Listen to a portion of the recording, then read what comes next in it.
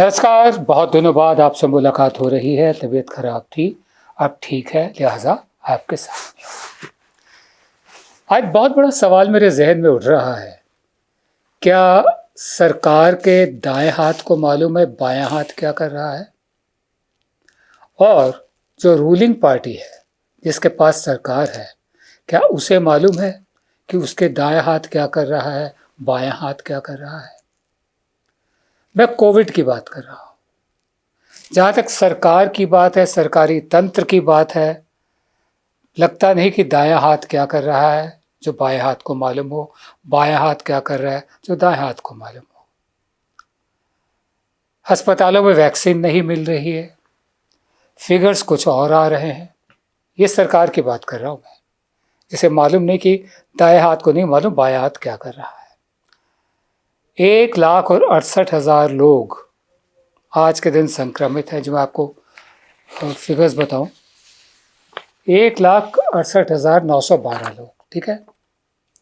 ये स्वास्थ्य मंत्रालय की फिगर्स है। कुल मिलाकर जो केसेस है 1,35,27,000। कुल रिकवरी जो हुई है 1,21,56,000। जो एक्टिव केसेस इस वक्त हैं वो हैं 12,01,000।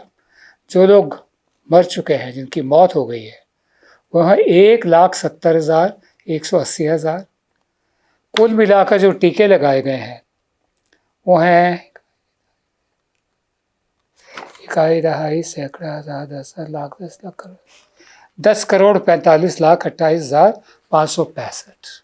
यह आज की फिगर है 130 करोड़ के मुल्क में। ये तो हुई सरकार की बात कि इतना बड़ा कोविड-2 हमारे सामने आ गया है। पूरा 1 साल का वक्त था, हम सबक नहीं सीखे, हमने तैयारियां नहीं करी, हमने नए हॉस्पिटल नहीं बनाए, हम वैक्सीन के पीछे लगे रहे, जबकि वैक्सीन साइंटिस्ट बना रहे पूरी दुनिया में। हम उसकी होड़ में लगे रहे, विश्व गुरु बनते रहे। और इस वक्त हालत ये है कि कोविड-2 जो है पिछले साल के कोविड-1 से ज़्यादा खतरनाक है। ये तो हुई सरकार की बात। अब आप आइए उस पार्टी की बात जिसके हाथ में सरकार है। उसे भली भांति मालूम है कि उसका दायां हाथ राइट क्या कर रहा है और बायां हाथ लेफ्ट क्या कर रहा है। उसका दायां हाथ 5 राज्यों में चुनावों की रैलियां कर रहा है जहां कोविड नहीं है। कोविड हो ही नहीं सकता, ठीक है। दाएं हाथ को मालूम है। उसका दायां हाथ राइट विंग, राइट हैंड, कुंभ का मेला मना रहा है हरिद्वार में। लाखों की भीड़ है वहां पर, लाखों की भीड़ है वहां पर। ये उसका दायां हाथ है। पार्टी का दायां हाथ ये भी जानता है कि जहां जहां धार्मिक अनुष्ठान होने हैं, जुलूस निकलने हैं, शोभा यात्राएं निकलनी है, रथ यात्राएं निकलनी है, हाँ, रोड शो होने हैं, मैं रथ यात्रा बोल गया, रोड शो होने हैं, वहां वहां पार्टी का जो दायां हाथ है, राइट विंग है, वो जानता है कि वहां कोविड नहीं है। बायां हाथ जानता है कोविड कहाँ है। यूनिवर्सिटीज में है जहां इम्तहान नहीं होने, स्कूलों में है जहां पढ़ाई होती है, कॉलेजेस में है जहां पढ़ाई होती है, कोचिंग सेंटर्स में है जहां पढ़ाई होती है। जहां जहां धरने चल रहे हैं, आंदोलन चल रहे हैं, प्रदर्शन चल रहे हैं, वहां वहां रूलिंग पार्टी का बायां हाथ जानता है कि वहां कोविड है, हो सकता है। अब आप देखिए, पिछले साल इसी वक्त, हमारी याददाश्त बहुत कमजोर है, थोड़े से मैं आपको फिगर बता दूं। पहला केस 30 जनवरी को हुआ था पिछले साल। 30 जनवरी पहला केस हुआ था। 1 से 20 फरवरी तक पूरे 20 दिन ज़ाया कर दिए गए ट्रंप वाले इवेंट में, केमछो ट्रंप वाले इवेंट में, नमस्ते ट्रंप। फिर उसके बाद नमस्ते ट्रंप इवेंट हुआ 25 फरवरी को। तब तक जनवरी खत्म हो चुकी थी, 30 जनवरी। 25 दिन वो वेस्ट हुए। हजारों लोग हवाई जहाज़ों से एयरपोर्ट्स पर आए। ये वायरस हवाई जहाज़ों से आया है, बैलगाड़ियों से या कारों से या ट्रकों से नहीं आया। ये समुद्री जहाज़ों से भी नहीं आया, ये हवाई जहाज़ों से आया है। एयरपोर्ट्स पर कोई इंतज़ाम नहीं, कोई इंतज़ाम नहीं तब तक। 4 मार्च को सरकार की नींद जागती है और पहली मीटिंग होती है कोरोना पर। मतलब फरवरी बीत गया, मार्च शुरू हो गया, अभी तक कोरोना नहीं, गेम शो ट्रम्प चल रहा है।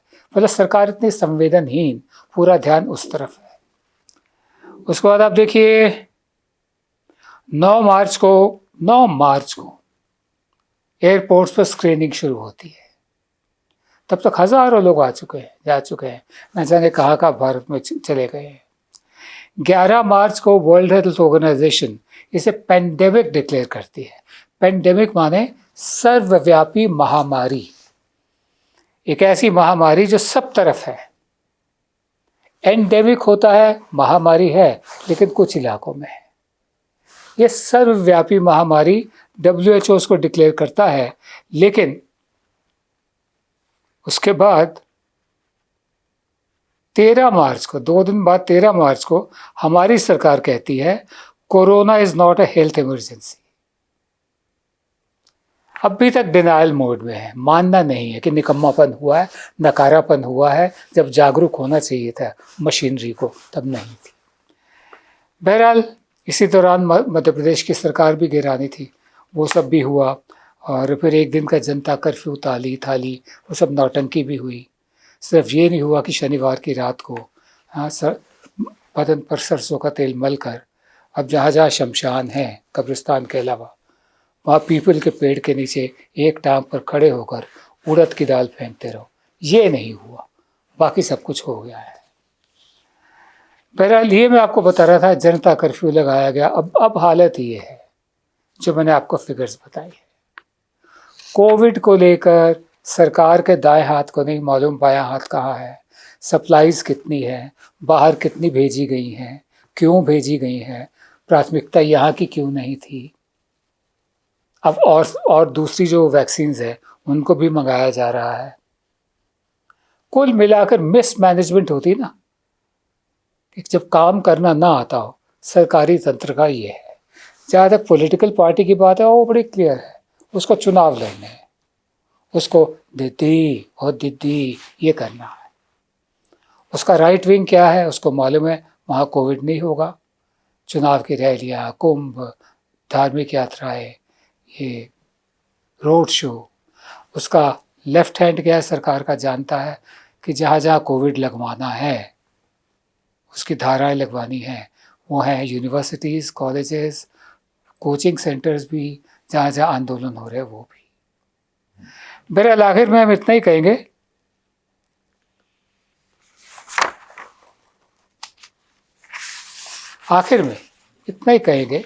सन 2016 में आपको ले चलते हैं। सन 2016 तो आपको याद होगा ही, नोटबंदी हुई थी। ये राजीव श्रीवास्तव है, इनकी पोस्ट से मैंने प्रेरित होकर लिखा है, उनकी आज्ञा सहित जन विचार संवाद ग्रुप पर। सुनिए, घर में कोरोना का मरीज है पर वैक्सीन नहीं है, भीड़ हंसती है, ताली भी बजाती है। कुछ याद आया आपको? सन 2016, घर में कोरोना का मरीज है पर वैक्सीन नहीं है, भीड़ हंसती है, ताली भी बजाती है। माँ बीमार है, कोरोना की मरीज है, लेकिन ना पैसे हैं ना वैक्सीन है, भीड़ फिर हंसती है, ताली भी बजाती है। सन 2016 जापान में नोटबंदी की तरह। वैसे किसी ने फांसी पर लटका देने, चौराहे पर बुला देने, 18 दिन में महाभारत के युद्ध की बात भी कही थी। उसके बाद की जो जितनी भी बातें हुई, ये डायलॉग गायब हो गया है।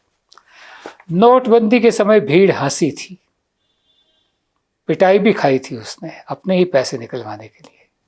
आज भक्त भी नहीं हंसेगा, वो उत्सव मनाएगा, आपदा को अवसर में बदलेगा, टीकाकरण उत्सव। तो चलो अपनी कट चुकी जेब सहलाओ, पूरी बेशर्मी से इस बार टीकाकरण उत्सव मनाओ। पर कैसे? घर में वहां कोरोना से बीमार है, लेकिन ना पैसे हैं ना ही वैक्सीन। उत्सव। आखिर में मैं सिर्फ इतना ही कहना चाहूंगा कि पिछले साल से लेकर और अब तक क्या बदला है। कोई तैयारी की गई, कोई सबक सीखे गए। 6 महीने पहले बिल गेट्स ने कह दिया था कि आने वाले 6 महीने खतरनाक है, और लोगों ने भी चेतावनी दी थी। कुछ भी तैयारी हुई सरकार की तरफ से, सिवाय इसके कि कोई जॉइंट सेक्रेटरी लेवल के लोग आ जाते थे, प्रेस कॉन्फ्रेंस करके टीवी में अपना चेहरा दिखा जाते थे। और आज के दिन कोई ब्लड टेस्ट करने वाला भी, कोई यूरोलॉजिस्ट भी, पेशाब चेक करने वाला, हर कोई ज्ञान दे रहा है स्क्रीन पर, और पूरी दुनिया में किसी को नहीं मालूम कि कोविड है क्या, पूरी तरह से पकड़ में नहीं आया है। सिर्फ वैज्ञानिक काम कर रहे हैं, वहां पर भी दवा अभी फुल प्रूफ नहीं बनी है, लेकिन होड़ है मार्केट शेयर को लेने की, लालच की। बहरहाल मेरा सिर्फ इतना कहना है कि क्या चीजें बदली है पिछले साल से। Is the covid to a calibrated simmer, ये मैंने अंग्रेजी में लिखा था। कोविड टू क्या एक कैलिब्रेटेड सिमर है, जैसे चाय के पतीले में आप गैस कम करो, चाय नीचे चली जाती है, उबल रही चाय, गैस थोड़ी ऊपर करो फिर ऊपर आ जाता है। क्या कोविड का भी उस तरह से इस्तेमाल किया जाता है, जा रहा है कि जब चाहो ऊपर कर दो, जब चाहो नीचे कर दो? क्या ये एक राजनीतिक हथियार है, जैसे मैंने कहा दाया हाथ और बाया हाथ पॉलिटिकल पार्टी का? क्या ये लॉ एंड ऑर्डर मेजर है कि इसके नाम पर जहाँ आंदोलन चल रहे हो, महापंचायतें चल रही हो, जो जो चल रहा हो, सबको बंद कराया जाए? या एक ऐसा इंटरनेशनल क्राइसिस है जिसमें हमारा रिस्पांस बिल्कुल वैसा ही रहा, नकारा, क्लूलेस, सिलेक्टिव, हाँ, और दाएं हाथ को मालूम नहीं बायां हाथ क्या कर रहा है।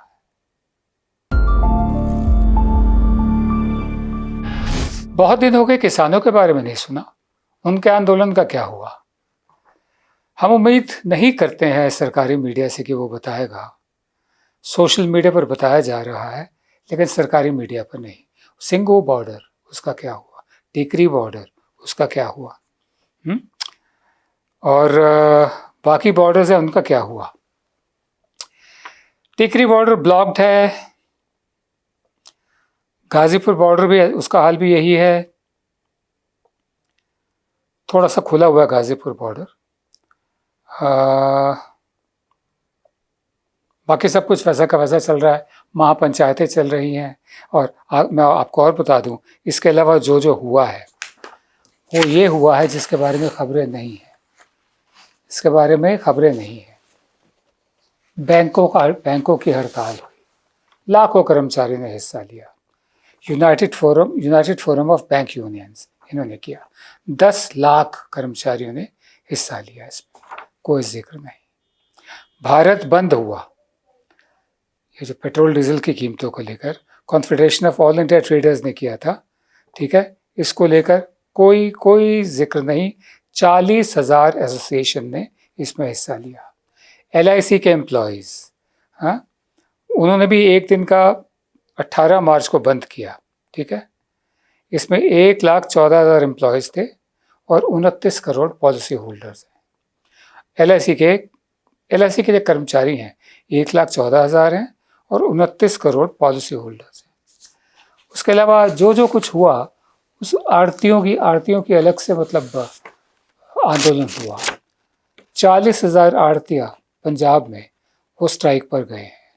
Road transport corporation workers Karnataka, वो 6 दिन लगातार स्ट्राइक करते रहे हैं, लेकिन इनका कोई जिक्र नहीं। हम सिर्फ इतना करना चाहेंगे कि ये सब पीसफुल, शांतिपूर्वक तरीके हैं प्रदर्शन के, लेकिन जब सरकारें संवेदनहीन हो जाएं, 350 से ज़्यादा किसान मर जाएं, तब लोगों का भी यकीन उठने लगता है कि ये शांतिपूर्वक तरीके काम आ ही नहीं रहे।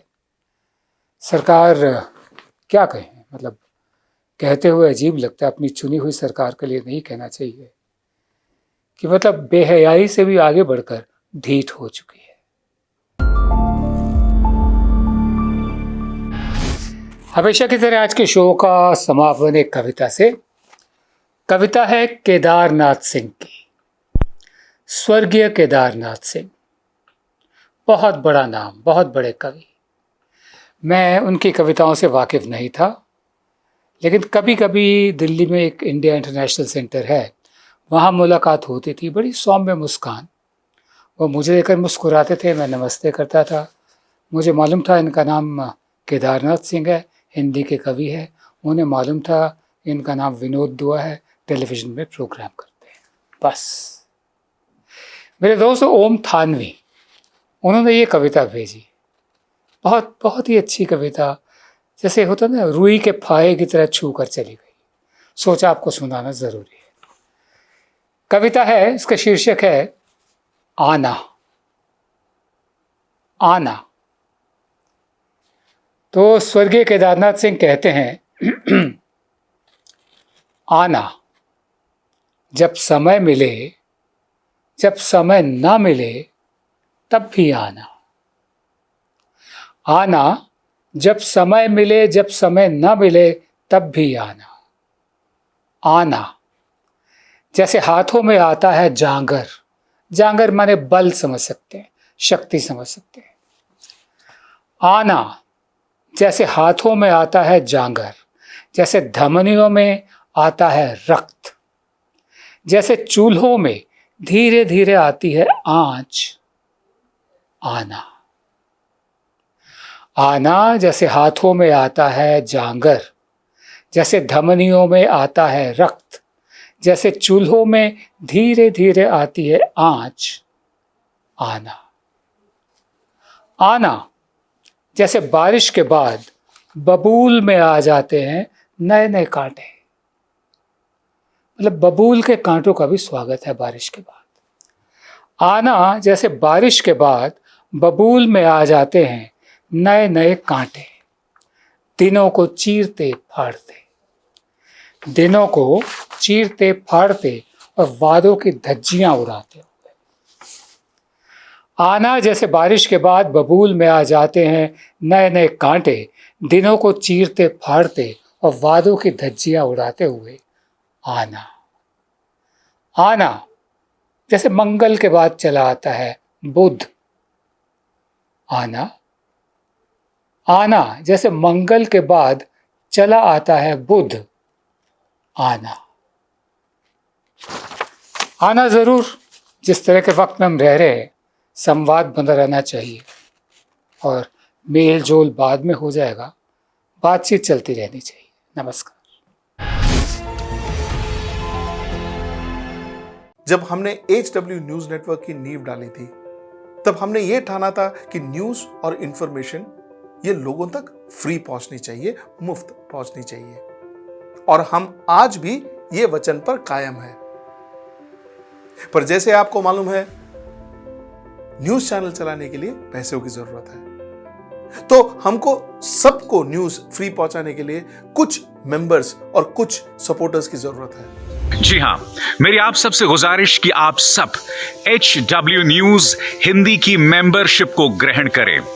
ये सदस्यता स्वैच्छिक है, यानी कि आप अपनी मर्जी के मुताबिक इसे ग्रहण कर सकते हैं, क्योंकि अगर आप इसे ग्रहण नहीं भी करते तब भी आपको HW न्यूज हिंदी के तमाम कार्यक्रम मिलते रहेंगे। मगर अगर आप चाहते हैं कि आजाद न्यूज जो है वो मजबूत हो, अगर आप चाहते हैं कि वो न्यूज जो सत्ता से सवाल पूछती है वो मजबूत हो, तो जरूर बने HW न्यूज हिंदी के सदस्य। जो लोग हमारे 89 रुपए प्रति महीने वाले कार्यक्रम से जुड़ेंगे, उनके लिए HW न्यूज का बैच विश मिलेगा। साथ ही साथ उन लोगों को हमारे एक्सक्लूसिव पोल्स में भी शामिल होने का मौका मिलेगा। इसके अलावा हमारा जो दूसरा मेंबरशिप कार्यक्रम है वो 199 रुपीस प्रति महीने का है, यानी कि 199 रुपए प्रति महीने। और इस प्रोग्राम में हमारे जो मेंबर्स हैं उन्हें 99 रुपए के प्रोग्राम वाले सभी चीजें तो मिलेंगी। इसके अलावा बिजनेस से जुड़ी हुई बातें भी हम करेंगे। हमारे एक्सपर्ट अखिलेश भार्गव से आप बिजनेस से जुड़े हुए अपने सवाल भी पूछ सकते हैं। हम उम्मीद करेंगे कि आप इस निष्पक्ष पत्रकारिता की राह में हमें पूरी तरह से योगदान देंगे।